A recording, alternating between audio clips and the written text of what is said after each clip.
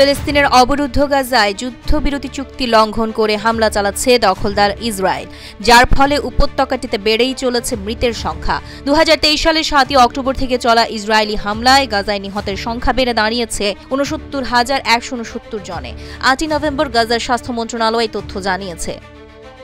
মন্ত্রণালয় আরও জানিয়েছে, গত মাসে যুদ্ধবিরতি চুক্তি কার্যকর হওয়ার পর থেকে ইসরায়েলি হামলায় 240 জনেরও বেশি ফিলিস্তিনি নিহত হয়েছেন। প্রতিবেদনে আরও বলা হয়েছে, শনিবার ইসরায়েলি হামলায় আরও 2 জন ফিলিস্তিনির মৃত্যুর খবর পাওয়া গেছে। যুদ্ধবিরতি স্বাক্ষরের পরও নানা অজুহাতে ফিলিস্তিনিদের ওপর হামলা চালিয়ে যাচ্ছে ইসরায়েলি সেনারা। গাজার উত্তর সীমান্তে ইয়েলো লাইন অতিক্রম করার অভিযোগ তুলে হত্যা করেছে আরও কয়েকজনকে।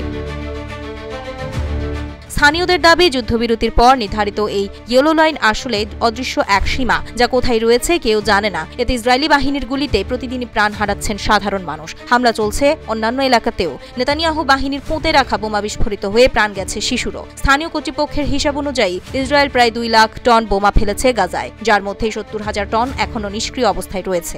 গাজার শেখ রাদওয়ান এলাকায় দেখা দিয়েছে ভয়াবহ দূষিত পানির সংকট। বৃষ্টির পানি ধরে রাখার পুকুরে জমে আছে ময়লা আবর্জনা। ইসরায়েলি হামলায় পাম্প স্টেশন ও নিষ্কাশন ব্যবস্থা ধ্বংস হয়ে যাওয়ায় ওই পানি ছড়িয়ে পড়ছে আশেপাশের বসতি ও আশ্রয় শিবিরে। স্থানীয় প্রশাসন জানিয়েছে, পানির স্তর 6 মিটার পর্যন্ত বেড়ে গেছে, যা দুর্গন্ধ, মশা ও সংক্রমণের ঝুঁকি তৈরি করেছে।